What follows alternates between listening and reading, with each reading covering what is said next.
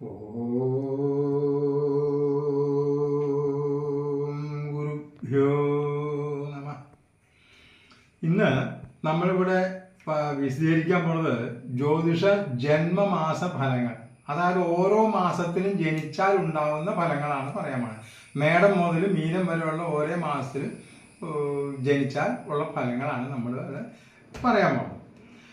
അപ്പം മേടമാസത്തിൽ ജനിച്ചാൽ സഞ്ചാരപ്രിയനാകും, ധനലാഭം, സാമർഥ്യം ഇവ ഉണ്ടാകും.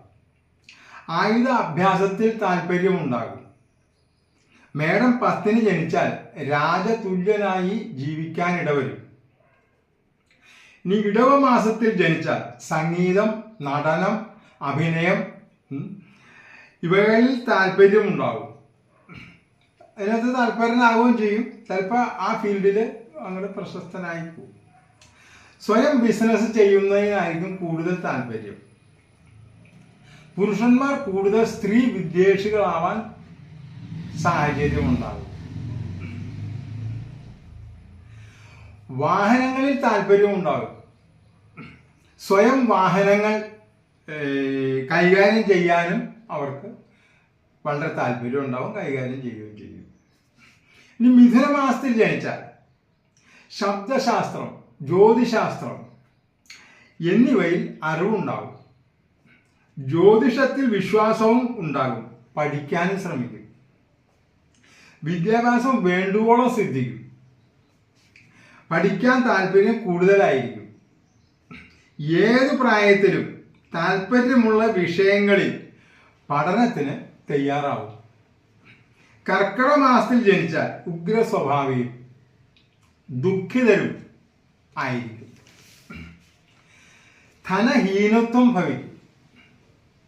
അന്യരുടെ കാര്യങ്ങളിൽ ഇടപെട്ട് ചീത്തപ്പേര് സമ്പാദിക്കുന്നവരുമാണ്. 2 വ്യക്തികൾ അല്ലെങ്കിൽ 2 കുടുംബക്കാർ തമ്മിൽ പ്രശ്നമുണ്ടായി അതിൽ ഇടപെടുകയും അവസാനം പ്രശ്നക്കാർ ഒന്നാവുകയും ഇടപെട്ട നിങ്ങൾ ശത്രുവാകുകയും ചീത്തപ്പേര് സമ്പാദിക്കുകയും ചെയ്യും.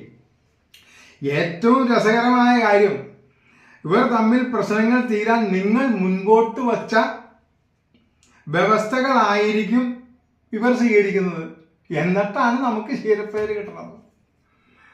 ഇനി ചിങ്ങമാസത്തിൽ ജനിച്ചാൽ വളരെയധികം ഗുണഫലങ്ങൾ സിദ്ധിക്കും. ഉത്സാഹം, അറിവ് എന്നിവ ഉണ്ടാകും. പ്രകൃതിയോട് സ്നേഹമുള്ളവരും പ്രകൃതി രമണീയതയുള്ള സ്ഥലങ്ങളിൽ താമസിക്കാനും തൊഴിൽ നേടാനും താല്പര്യമുള്ളവരുമാകും. ചിങ്ങമാസത്തിൽ മകം നക്ഷത്രത്തിൽ ജനിച്ചവർക്ക് പശ്ചാത്താപം കൂടുതലാകും, വിശേഷിച്ച് സ്വന്തം തീരുമാനങ്ങളിൽ. കന്നിമാസത്തിൽ ജനിക്കുന്നവർ മൃദുല സ്വഭാവക്കാരായിരിക്കും. ശരീരത്തിന് മാർദ്ദവും കാന്തിയും ഉണ്ടാവും, പ്രത്യേകിച്ച് സ്ത്രീകൾക്ക്. ദേഹബലം കുറവായിരിക്കും.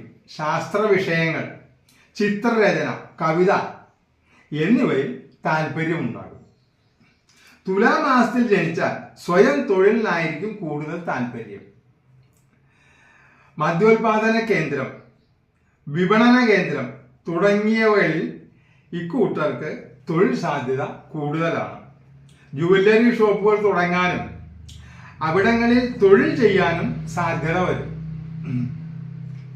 വൃശ്ചികമാസത്തിൽ ജനിച്ചാൽ ഇവർ കഠിനാധ്വാനികളാവും. രാസ കീടനാശിനി കമ്പനികളിൽ പ്രവർത്തിക്കാൻ സാധ്യത കൂടും.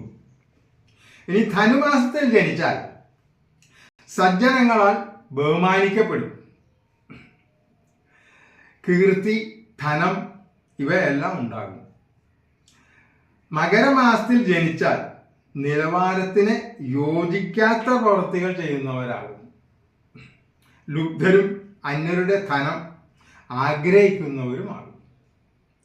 കുംഭമാസത്തിൽ ജനിക്കുന്നവർ ഭാഗ്യഹീനത, പുത്രഭാഗ്യക്കുറവ് എന്നിവ അനുഭവിക്കേണ്ടി വരും. ധനനാശം, നീചകർമ്മങ്ങളിൽ താല്പര്യം, ആഭിചാരങ്ങളിൽ താല്പര്യമുള്ളവരുമാണ്.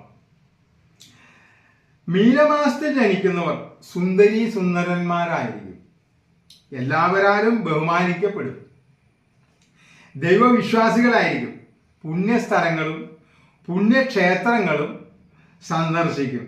ഇതിനായി പണം ചെലവഴിക്കാനും മടിയുണ്ടാവില്ല. ഇത് ഈ 12 മാസത്തിൽ ജനിച്ചാലുള്ള ഫലങ്ങൾ വളരെ ചുരുക്കി, വളരെ പ്രധാനപ്പെട്ട ഫലങ്ങൾ മാത്രം അങ്ങനെ പറഞ്ഞേക്കാണ്. ഒരുപാട് കാര്യങ്ങൾ നമുക്ക് അതിനകത്ത് പറയാൻ പറ്റും, പക്ഷെ ഇത് നമ്മൾ വളരെ ചുരുക്കി പ്രധാനപ്പെട്ട കാര്യങ്ങൾ അങ്ങനെ പറഞ്ഞേക്കാണ്. അപ്പം ഞങ്ങളുടെ ഈ ചാനൽ ഇതുവരെ കണ്ടില്ലെങ്കിൽ മുഴുവനായി കാണാനും അത് ഷെയർ ചെയ്യാനും ലൈക്ക് ചെയ്യാനും കമൻറ്റ് ചെയ്യാനും സബ്സ്ക്രൈബ് ചെയ്യാനും ഞങ്ങൾ നിങ്ങളോട് വിനീതമായി അഭ്യർത്ഥിക്കുകയാണ്. നമസ്തേ.